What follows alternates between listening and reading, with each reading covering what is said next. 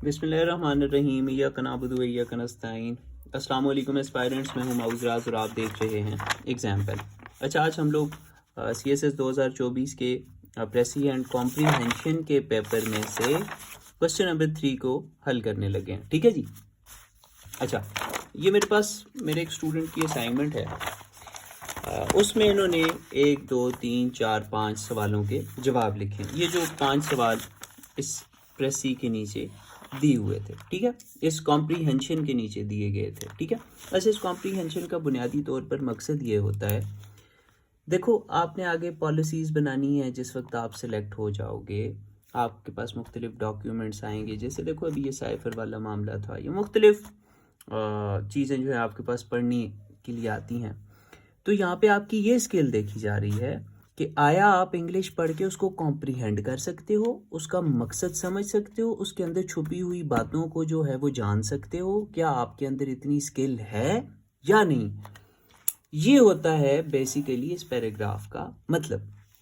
अच्छा, अब हम देखते हैं कि इसको हल करने का तरीक़ाकार क्या होता है। सबसे पहले स्टेप 1 की अगर मैं बात करूं तो आपको इसे रीड करना चाहिए उसी तरह जिस तरह मैंने आपको प्रेसी का सिखाया।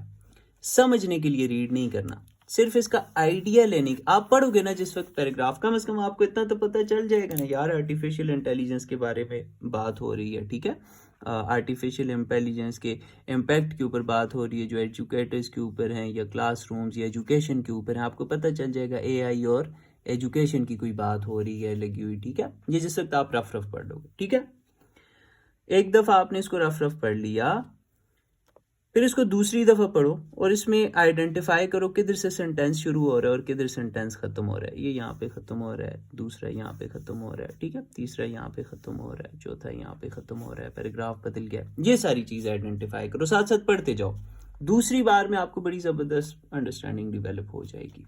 अभी क्वेश्चन नहीं पढ़ने, याद रखो, क्वेश्चन बिल्कुल नहीं पढ़ने जब तक आप ये पहले स्टेप में 2 दफ़ा रीडिंग ना कर लो। 2 दफ़ा रीडिंग कर ली, आइडेंटिफाई कर लिया किधर से शुरू हो रहा है किधर खत्म हो रहा है सेंटेंस, फिर आओ क्वेश्चंस की तरफ। ठीक है, अब एक एक क्वेश्चन पढ़ते जाओ और इसमें लगाते जाओ जी कि उसका आंसर किधर है। ठीक है, अब सबका आंसर डायरेक्टली आपको इस तरह नहीं मिल जाएगा, जिन जिन का मिलता जाए उसके निशान लगाते जाओ जी कि ये for example question number, for example दे रहा हूँ, ये नो कि समझो अब 2 कही दिया, ये जी 3 का है जी, ये जी 4 का है। अपने पास निशान लगा लो। एक दफ़ा आपने निशान लगा लिए 5 के 5 क्वेश्चंस के, ठीक है, ये 3 के थे, उसमें ये 2 के थे, जो भी थे आपने लगा लिए। अब आओ अपनी आंसर शीट की तरफ। अच्छा, अब अगर आपने भी इतने ही आंसर लिखे हैं तो याद रखो इसके 0 नंबर भी नहीं देने एग्जामिनर ने। ठीक है, ये कोई आंसर भी नहीं है। ठीक है, ये कोई आंसर भी नहीं है कि 2 4, वो आपको इन 4 लाइनों पे 4 नंबर कभी भी नहीं देगा। ठीक है, आप जिस वक्त 20 नंबर का सवाल करते होते हो, current affair, Pakistan affair, IR, उसमें आप 8 8 10 10 पेजेस लिखते हो, फिर जाके कहीं आपके 15 14 16 नंबर आते हैं। ठीक है, तो यहाँ भी 4 नंबर हासिल करने के लिए आपको कम से कम 2 से 2.5 पेजेस तक जाना पड़ता है। ठीक है, 2 से 2.5 पेजेस का मतलब ये है, एक पेज, दूसरा पेज और ये 2.5 पेज, नहीं तो एटलीस्ट दूसरे तक तो आओ। इतना भी नहीं कर सकते, कम से कम 1.5 तो लिखो। ठीक है, अभी मैं आपको बताता हूँ इसको लिखने का तरीक़ाकार क्या है। फॉर एग्जाम्पल, अब ये देखो क्वेश्चन नंबर 2 एग्जामिनर ने पूछा हुआ है, according to the passage how does education adopt to the digital landscape and what challenges and opportunities does this transformation present. ठीक है जी, पैसेज के मुताबिक किस तरह जो है एजुकेशन अडॉप्ट करेगी डिजिटल लैंडस्केप में और क्या चैलेंजेस और अपॉर्चुनिटीज़ हैं इसके सामने इस बदलते हुए वक्त में। ठीक है, अब यहाँ पे मेरे स्टूडेंट ने आंसर लिख लिया, according to the passage the education has adopted to the digital landscape by creating virtual classrooms and e-learning platforms. This transformation challenges to the traditional system of education and provides umpteen opportunities to collaborate and exchange information to empower learners across the globe. इतनी सी बात वो आपसे नहीं मांग रहा। ठीक है जी, हाँ जी, चैलेंजेस भी हैं, अपॉर्चुनिटी, इतनी इन्फॉर्मेशन तो उसने आपको क्वेश्चन में दे दी है, उसी को आपने ज़रा सा घुमा फिरा के तो आपने उसका आंसर बना दिया। नहीं, एग्जामिनर अब आपसे एक प्रॉपर आंसर की तवक्को कर रहा है। अब इस क्वेश्चन का प्रॉपर आंसर किस तरह होगा मैं आपको बताता हूँ। मेरी जो रूटीन है, देखो क्वेश्चन होता है उसकी हमेशा इंट्रो होता है, बॉडी होती है और कंक्लूजन होता है। इसको कहते हैं आंसर लिखना, ठीक है।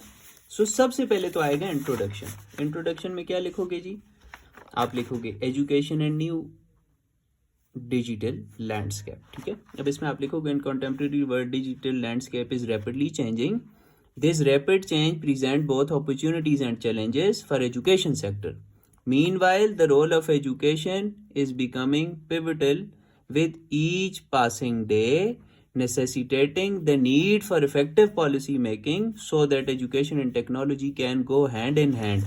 यहाँ पे आपने अपनी क्रिटिकल थिंकिंग स्किल्स इस्तेमाल करनी है। आपने ऐसे राइटिंग का पेपर इससे एक दिन पहले दिया होता है, आप राइटर हो, आपने जो है वो सारी बात बस इधर से आधा जुमला उठा के इधर नहीं लिखना होता, आपने खुद से भी चीज़ें डालनी होती हैं, but very relevant to the topic. मैंने अब इंट्रोडक्शन दे दिया, जिस किस्म का मैं अगर ऐसे लिख रहा होता तो मैं इंट्रोडक्शन देता कि हाँ भाई आज की दुनिया में जो है डिजिटल लैंडस्केप बड़ी तेज़ी से चेंज हो रहा है, ये जो तेज़ तब्दीली है ये अपॉर्चुनिटीज़ भी पैदा कर रही है, चैलेंजेस भी पैदा कर रही है, ठीक है। Meanwhile the role of educators, education, हाँ द रोल ऑफ एजुकेशन भी कर सकते हो, एजुकेटर्स भी कर सकते हो, ठीक है।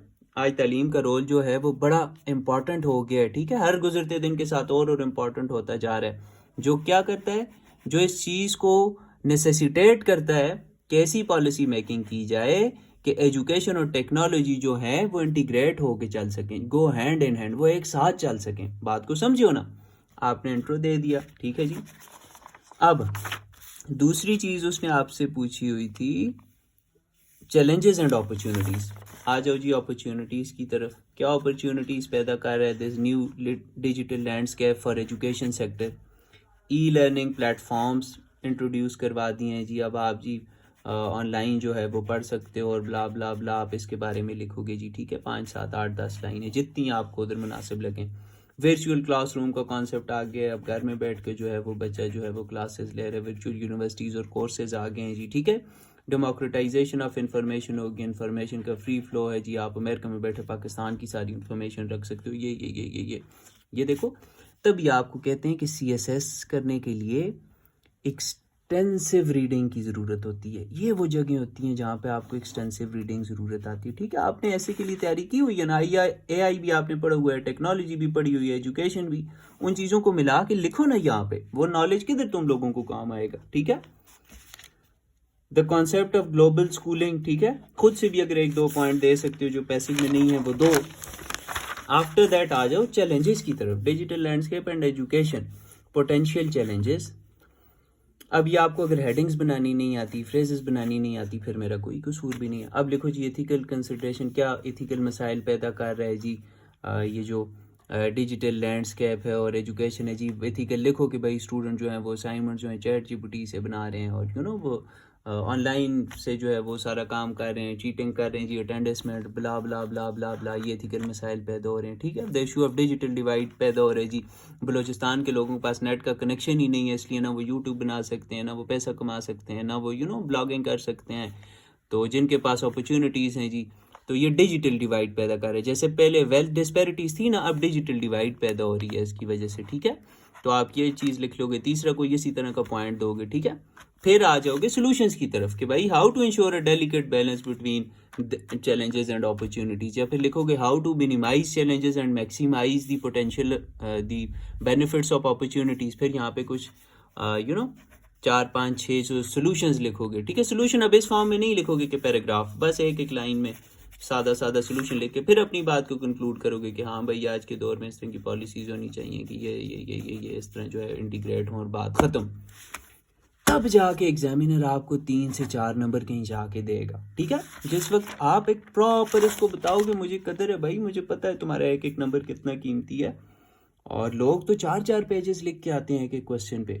सो एटलीस्ट आपने एग्जामिनर के साथ ये नहीं है कि जितना सा आपने इंट्रोडक्शन देना था उतने में आपने पूरे आंसर को निपटा दिया और आप अब एक्सपेक्ट करें कि एग्जामिनर जो है वो आपको मार्क्स देगा, ठीक है। सो ये कॉम्प्रीहेंसिव आपको CSS करने में एक स्किल, मेरी बात याद रखना, बहुत काम आएगी। दरिया को कूजे में बंद करना, ठीक है, बहुत बड़े पैराग्राफ को छोटा बना देना, जैसे आपने ऊपर प्रेस ही की। देखो यहाँ पे एग्जामिनर आपको चाह रहा था आप दरिया को कूजे में बंद करो, यहाँ पे एग्जामिनर आपसे चाह रहा है कि आप उसी कूजे में से फिर दरिया निकालो। बात को समझ रहे हो? एग्जामिनर अब चाह रहा है कि उसी कूजे में से फिर दरिया निकालो। ये नहीं है कि बड़ी बात को तुम छोटे करने के काबिल हो, छोटी चीज से तुम बात का बतंगड़ कैसे बनाओगे, बात को बढ़ाओगे कैसे, ठीक है। किसी प्लेटफॉर्म पे खड़े हो जाओगे तो स्पीच कर सकोगे, बात कर सकोगे, कोई सोचने की सलाहियत है तुम्हें, एक लफ्ज तुम्हें दिया जाएगा, तुम 2000 वर्ड लिख सकते हो, ठीक है। ऐसे भी इसीलिए होता है, सारे CSS के 12 पेपर्स का कोई मकसद है। देखो ये जो 12 पेपर तुमसे 6 दिन में लिए जाते हैं, ये 12 दिन में क्यों नहीं लिए जाते, 20 दिन में क्यों नहीं लिए जाते, रोज तुमसे 6 घंटे क्यों लिखाया जाता है, तुम्हें क्यों बिठाया जाता है 6 घंटे, तुम पे मैक्सिमम प्रेशर डाला जाता है, मेंटली देखा जाता है कि आया आप उस प्रेशर के नीचे काम कर सकते हो, ठीक है। उसी तरह हर एक पेपर का भी मकसद है, हर पेपर में जो हर पार्ट है, हर एक पार्ट का कोई मकसद है और हर चीज एक दूसरे से इंटरलिंक्ड हुई हुई है, ठीक है। तभी किसी भी एक पेपर में एक नंबर से रह जाने वाला पूरे CSS में फेल हो जाता है। वरना तो ये होना चाहिए जितने पेपर इस साल पास हैं, पास नहीं तो अगले साल नहीं। ये तमाम पूरी एक फिलॉसफी है। इस फिलॉसफी को जिस वक्त आप समझ जाओगे, और मजे की मैं आपको बात बताऊं, चंद 4 5 6 स्किल्स हैं टोटल, और थोड़े से वर्ड्स की एक खास वोकेबलरी है, खास ग्रामर है CSS करने के लिए, कोई इतनी बड़ी गेम नहीं है।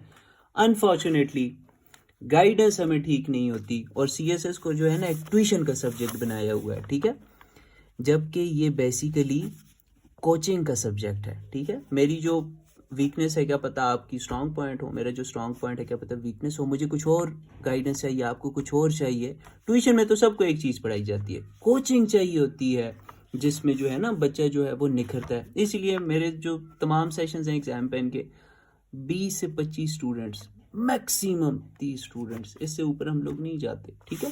कि बच्चे को फिर आप गौर किस तरह दोगे अगर आप इस नंबर को जो है एक्सीड कर जाते हो। सो ज़रा सा सोच समझ के पढ़ो, हार्ड वर्क नहीं करना, स्मार्ट वर्क करना है, इतनी मुश्किल चीज़ नहीं है, बस इसकी बुनियाद को समझ जाओ और इंशाल्लाह आराम सुकून से क्लियर कर जाओगे, ठीक है जी। थैंक यू, अल्लाह हाफ़िज़, फ़ी अमानिल्लाह, बेस्ट ऑफ लक।